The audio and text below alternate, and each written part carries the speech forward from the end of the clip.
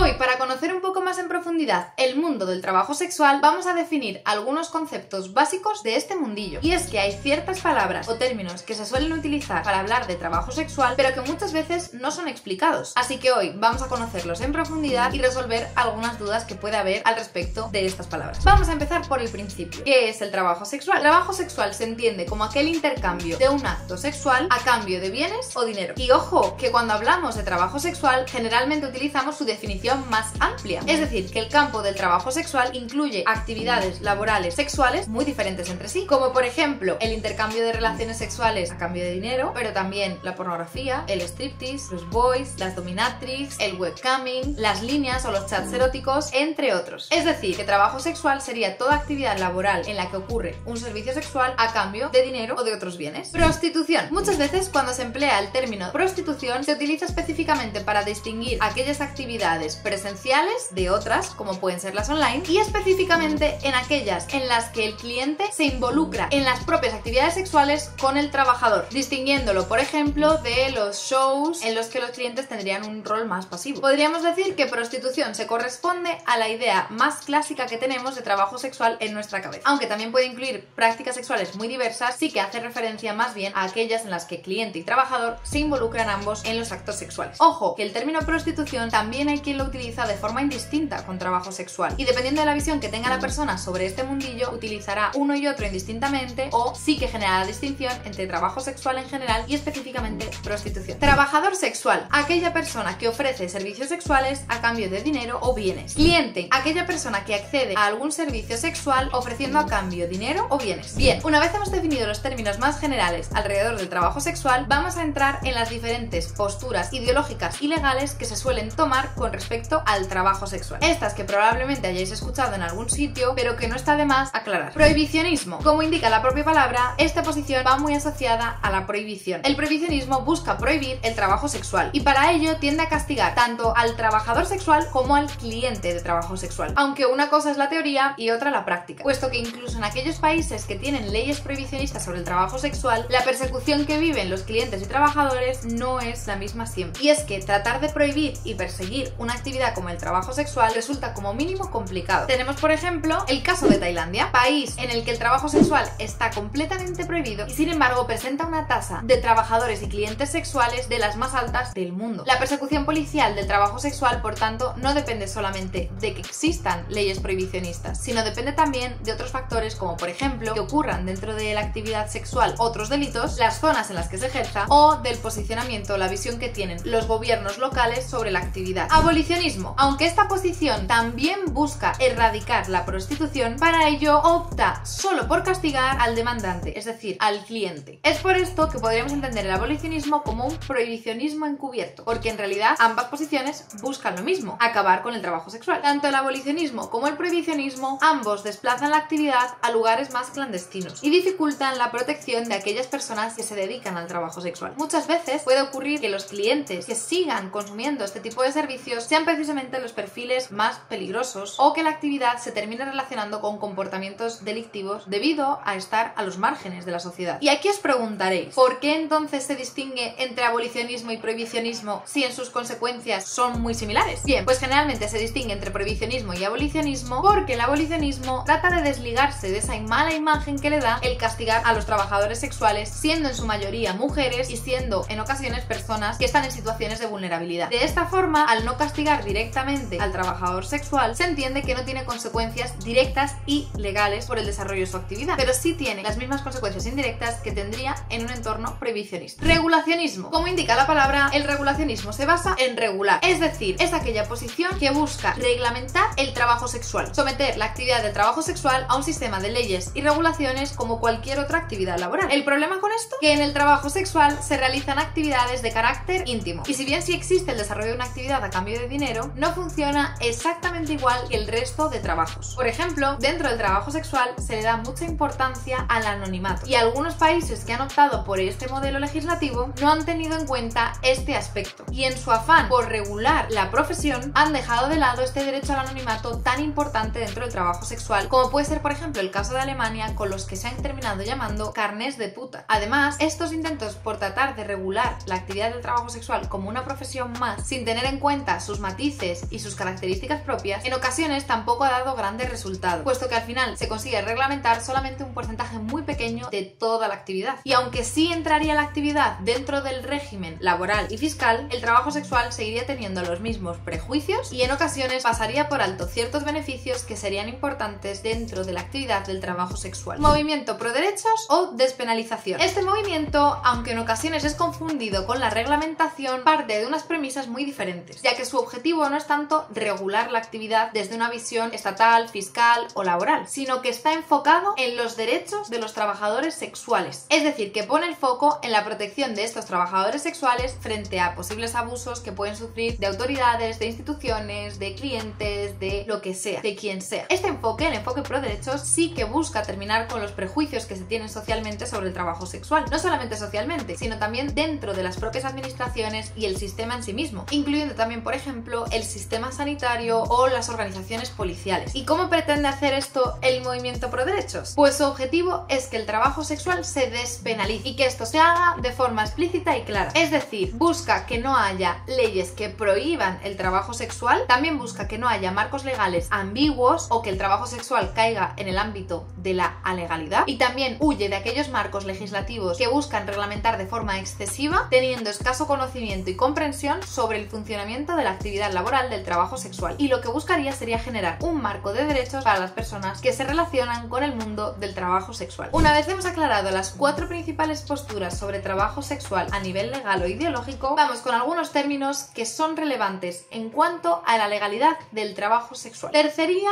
locativa. Este no es un concepto específico del trabajo sexual. Hace referencia al alquiler o la facilitación comercial de espacios para el ejercicio del trabajo sexual en ellos. Es decir, se refiere a alquilar un espacio como puede ser un piso, una habitación o un local para que en él se den actividades laborales sexuales. Aunque actualmente en España no es delito desde el año 1995, antes de esta fecha sí que era delito la tercería locativa. Y ojo, que no es un término del pasado, porque en muchos debates sobre prostitución y trabajo sexual sale a colación el tema de la tercería locativa, y a día de hoy se sigue planteando si se debería incluir como delito el alquiler de espacios para el ejercicio del trabajo sexual. Proxenetismo. Este yo diría que es un término muy conocido y muy utilizado de forma coloquial, pero que a lo mejor a nivel legal no conocemos todas sus implicaciones. El proxenetismo se definiría como el lucro indirecto y delictivo del trabajo sexual de otra persona. Es decir, proxenetismo es cobrar dinero de la prostitución de otra persona, pero de forma delictiva, como puede ser, por ejemplo, utilizando la violencia o la coacción o el engaño para la obtención de ese beneficio. Aunque cabe destacar que la definición de proxenetismo es ciertamente variable, porque esto de lucro delictivo depende mucho del país y del contexto legal del que estemos hablando. Aquellos países en los que el trabajo sexual es ilegal, cualquier lucro que pueda haber de trabajo sexual va a ser por definición delictivo. Entonces, ojo, cuidado con este término de proxenetismo, porque dependiendo del contexto puede significar una cosa u otra muy diferente. Explotación sexual. Este es de los términos más controvertidos dentro del mundo del trabajo sexual. Hay quien defiende que toda actividad de trabajo sexual es por definición explotación sexual. Sin embargo, otros entienden que es más apropiado utilizar el término explotación laboral para aquellos casos en los que se dan unas condiciones laborales de explotación. Es decir, dentro de un campo laboral donde la actividad que se realiza es sexual, resulta confuso utilizar el término explotación sexual, y donde suelen estar ubicadas las condiciones de explotación en estos casos suele ser o bien en el apartado laboral, con horarios muy amplios, bajas remuneraciones, entornos de trabajo no higiénicos y no seguros, como puede pasar en otras profesiones, o en el uso de la violencia, la amenaza, la coacción, el engaño, lo cual se entiende, como mencionábamos antes, que cae dentro de otras definiciones como es proxenetismo. En resumen, el término explotación sexual es muy ambiguo y no tiene una definición muy concreta, y suele solaparse o bien con el concepto de explotación laboral o bien con otros como puede ser proxenetismo. Trata de personas. Aunque la trata no es un fenómeno exclusivamente que se dé dentro del ámbito laboral sexual, sí que es una palabra que se asocia mucho al tema del trabajo sexual. Cuando hablamos de trata nos referimos a la movilización de personas de forma ilegal de un punto a otro punto geográfico y que puede ocurrir con distintos fines. Es decir, trata hace referencia al traslado de la persona, y el fin de este traslado puede ser la explotación laboral, la extracción de órganos, la esclavitud, entre otros. Y dentro de esos fines puede estar la explotación dentro del ámbito del trabajo sexual. Debido a que en ocasiones ese traslado ocurre entre diferentes países y a ciertas características que tiene la trata en sí misma, es un delito bastante singular. Por ejemplo, para la persecución de este delito no se necesita una denuncia por parte de la víctima, y dentro de las las condiciones que se tienen que dar para que se entienda que hay un delito de trata, se habla de que la persona pueda tener una condición de vulnerabilidad. Es decir, que un traslado de un sitio a otro de una persona se vuelve ilícito y el consentimiento de esa persona se anula si dicha persona tiene alguna condición de vulnerabilidad. Esto resulta como mínimo ambiguo y el abordaje de este delito y esta problemática resulta muy complicado. Y por último, me gustaría definir lo que es el cobro a porcentaje. Y es que dentro del trabajo sexual, como en otras profesiones, existen cobros indirectos